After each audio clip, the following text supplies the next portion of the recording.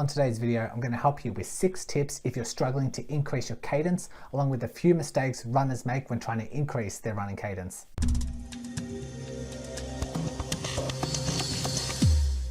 Hello Run Smarter scholars, Brody here with another video to help you run smarter and train smarter. Today we're coming up with tips on how you can effectively increase your cadence. If you're unsure what cadence actually is or whether you should increase it, check out some of my earlier videos. I'll leave that in the description below. Also, before we get into these 6 tips, I wanted to share 2 common mistakes runners usually make when trying to increase their cadence. Mistake number 1 is just increasing your running speed. Now, cadence should be relatively independent of speed, and some people, when they try and increase their cadence, they just travel faster. Now, increasing your cadence is meant to make you more efficient, meant to reduce your effort levels, but some people find that when they increase their cadence, they're really breathless, they're really tired, and then they look back on their Garmin or their Strava and find that they're running way too quickly than what they had previously. Mistake number 2 is just making too much of an adjustment. Runners often read that 180 is the magic number for running cadence, and then they look at their cadence and they're at 158, and then they try and jump all the way to 180. It's just too big of an adjustment. It feels really awkward trying to make such a foreign change, and it just feels a little bit off and you start feeling a bit outside of your effort zones. So you can make adjustments of 5 to 10%. Doesn't need to be too big of an adjustment. Get used to running in that zone, and if that zone, even if it's just by 5 to 10%, feels more efficient, then you can just start honing in on that. Another tip to make sure things aren't too abrupt is you can increase your cadence by 10%, but then only do that within 30 to 60 second increments within your run. So it doesn't necessarily have to be continuous throughout the whole majority of your run if you're just starting out and just learning a higher cadence. Okay, with those 2 mistakes addressed, let's dive into my 6 tips on how to increase your running cadence. Tip number 1 is to run with a metronome. I use an app called Soundbrenner, and once you establish your previous cadence, you can just increase it by 10%. Let's just say your cadence is at 160, increase that to 176, and then you can just run to that tempo.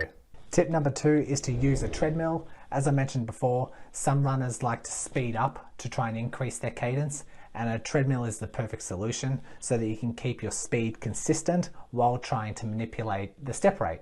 So practice on the treadmill if you're finding outdoor running a little bit awkward, and then once you've built up that rhythm and you find a nice rhythm on the treadmill, then you can start transitioning to outdoors. Tip number 3 is just to try and run quieter or softer. On previous videos, I've mentioned that running with a lower cadence increases your vertical amplitude, and sometimes that can be quite obvious when listening to how someone runs. And increasing that cadence will minimize that excessive ground reaction forces, those higher ground reaction forces. And if you feel like you're running quite loud, you can just make that adjustment. Listen to how you're running, try and run quieter and softer, and then your cadence will naturally pick up. Tip number 4 is to increase the rate of your arm swing.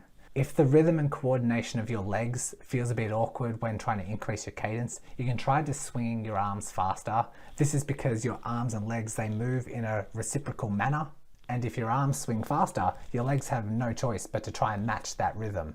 This can also be useful for those who find that their cadence drops when running fatigued, for example at the end of a long run. Tip number 5 is just to use a watch or other apps. Usually fitness tracking apps can show your cadence, whether that be in real time or retrospectively once you've uploaded your workout. Just to help you out, I'll show an example of me with my Garmin watch and how you can allocate real-time cadence onto the display. So on my Garmin, I can open up my run settings and then go to data screens, which is going to show the visual display of all the elements during a run. You can choose the layout and how many variables you want to see on the screen. For now, we'll just go to say 2. So select the 2 variables and then click edit, and we can choose the top section, what we want that to contain. And so let's just say distance. And then we choose what we want our bottom section to contain. And so this is when you can scroll down and choose one of the cadence variables. And so just if you choose normal cadence, that's going to be the real-time cadence. You can also choose your average cadence, but for now, let's just choose our real-time cadence so that now when you go back, this is what the display will look like. If we then go to start our run, this is exactly what it would show. And finally, tip number 6 is to use music and running to that rhythm rather than listening to a boring metronome and trying to match that rhythm. And that's because music just gets played at a certain tempo or a beat per minute. And it's never been easier just to try and find a pre-made playlist or just create your own. If you want to check out a few other Cadence videos that I've done in the past, I recommend these. If you have learnt or liked anything from this video, do me a favor and hit like. It is a good way for me to know which videos are helpful and will help me plan any future videos. If you want to keep up to date with any other videos coming out in the future, hit subscribe and turn on notifications. That's all from me today, Run Smarter Scholars. Take care.